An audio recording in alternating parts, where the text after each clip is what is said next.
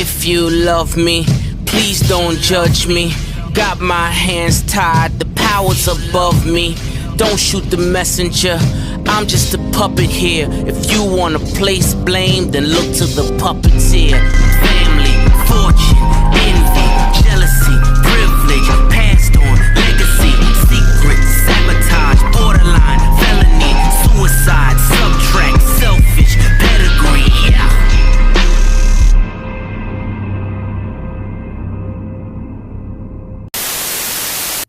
How's it going, everybody? It's C-RadTV back here with another video. So, of course, we're now back to continue on the What If NASCAR had the F1 Point Series. So, in the last part of the series, we concluded the Cup Series side of this What If series by looking at the 2010s in Cup. In this series, we're going to go all the way back to the 80s and look at and start the Xfinity side of the What If NASCAR had F1 Point Series. So, the Xfinity side of this, it's only going to be 4 parts. We're going to look at every single Xfinity season, starting with 1982 till present day. And like I said, the 2020 seasons for Cup, Trucks, and Xfinity are all going to be done in one video, and that will be the last part. So, this 4-part series, it will go all the way from 1982 till 2019. So, of course, we'll be looking at every year in this part from 1982 to 1989 and see what would have happened in Xfinity or the Busch Series or the Grand National Busch Series if NASCAR had the F1 point system in the series. So, of course, on the screen, I'll show the point system here. I went over this system in the Cup video, in the Cup 1980s NASCAR F1 points vid. So, make sure you watch if you've been keeping track of the series. And before we continue on, let me just stress out here that once again, this is just a hypothetical scenario. I know everyone would have raced differently had this format been in play. This is just for fun. So now, with all that out of the way, let's go ahead and jump right into it. So 1982, it was mainly a two-man battle for the championship between Jack Ingram and Sam Ard. Both of them were neck and neck with each other all season. Both played it very close throughout the year. But in the end, Jack Ingram's consistency would prevail over Sam Ard, and Jack Ingram would lock up the championship over Sam Ard with a race to go in the season. So even under the F1 points format, Jack Ingram would still become your inaugural NASCAR Xfinity / Busch Series champion.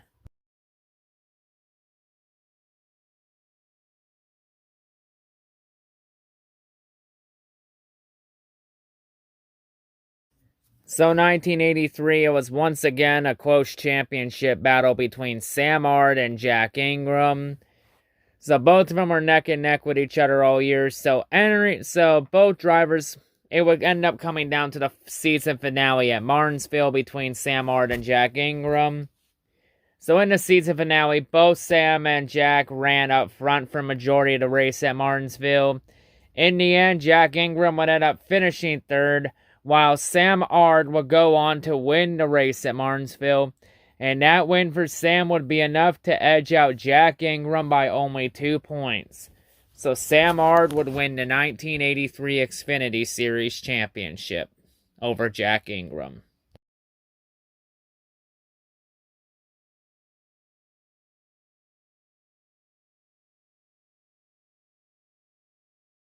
So 1984, it was all about Sam Ard. Sam Ard was just flat out dominant all year in terms of speed and consistency. Jack Ingram tried to keep up with them the best he could, but Jack Ingram couldn't be consistent with Sam when it mattered the most.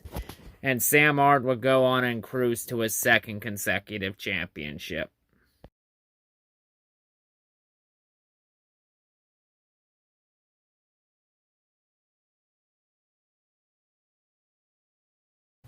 So 1985, it was all about Jack Ingram. Jack Ingram was just flat out consistent all year and had speed all year. Just the only drivers that were close to him was Larry Pearson, and he just couldn't be consistent when it mattered the most, which just opened the door for Jack Ingram to just cruise to a second championship.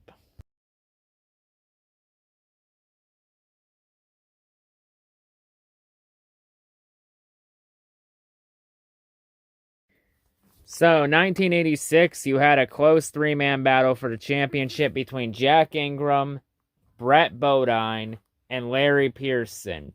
All three were neck and neck with each other all season, but in the end, Jack Ingram would pull away from both Brett and Larry late in the season, as both failed to be consistent when it mattered the most near the end of the year. And Jack Ingram would end up cruising to would lock up his second consecutive championship and his third title with around a race to go in the season. Jack Ingram would win the championship in 1986.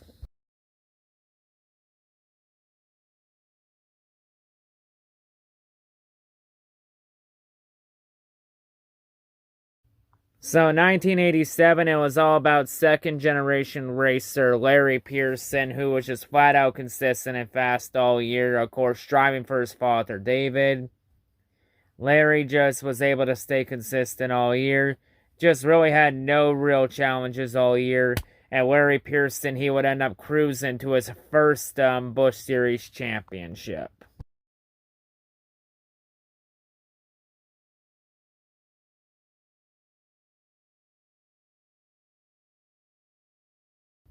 So 1988, it was mainly a three-man battle for the championship between Larry Pearson, Tommy Ellis, and Tommy Houston. All three were neck and neck with each other all year. Late in the season, Tommy Houston, he would fail to be consistent when it mattered the most, and he'd be eliminated with around a race or two to go in the season. So, the season finale at Martinsville, it would come down to Larry Pearson and Tommy Ellis for the championship. This would be the first time since 1983 the title battle would go down to the final race of the season. So, in the season finale, Larry Pearson, he struggled throughout the day. He would finish around 20th at Martinsville, multiple laps down. So, the way it was set up at the end, it was set up to where if Tommy Ellis could win the race, Tommy Ellis would win the championship.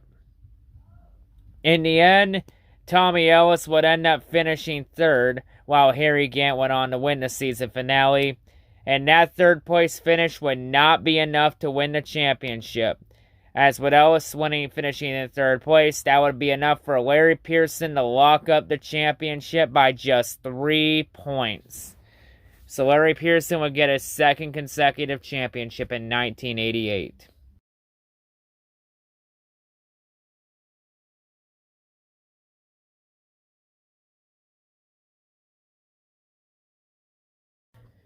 So 1989, we would have a close three-man battle for the championship between Rob Moroso, Tommy Ellis, and Tommy Houston.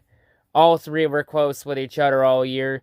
In the end, it would come down to the season finale to decide the championship at Martinsville between Moroso, Ellis, and Houston. So we have a three-man battle for the championship in the season finale.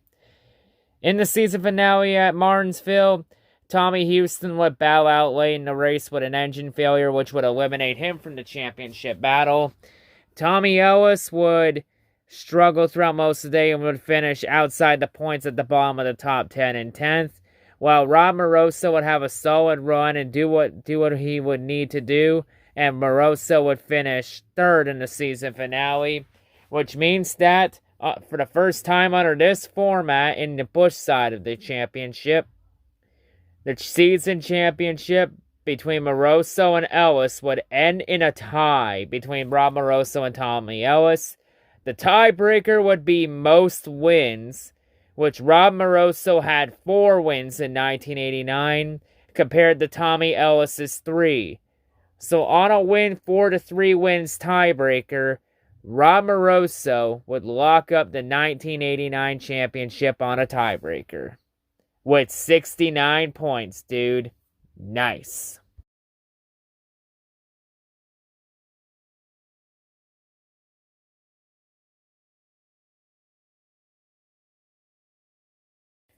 But anyway, that's going to wrap it up here for this part here. So yeah, not really a whole lot changed in the 80s under F1 points compared to what happened in real life. Like in terms of title changes, there were only 2 title changes in from 82 to 89. Which were 1986 and 1988. And we had 3 championship battles go down to the final race of the season. So, a few things changed, but for the most part, a couple things changed, but for the most part, mostly everything stayed the same for the most part. And so far in this part, we have not seen anything yet from the leeches. Yet. The key word is yet, because when we get into the later parts, that's really gonna change. But yeah, anyway, that's going to wrap it up here for this part. So in the next part, we're going to go into the 1990s for the Busch Series and see what else would change here under the F1 points format. So yeah, that's all I got to say. Like I said, Busch Series / Xfinity Series is going to be 4 parts. And then we'll do the trucks last, which will be 3 parts. And then the 2020 season for all three series will be the final part. But yeah, anyway, that's going to wrap it up here. That's all I got to say. Hope everyone's a great day, and yeah, peace.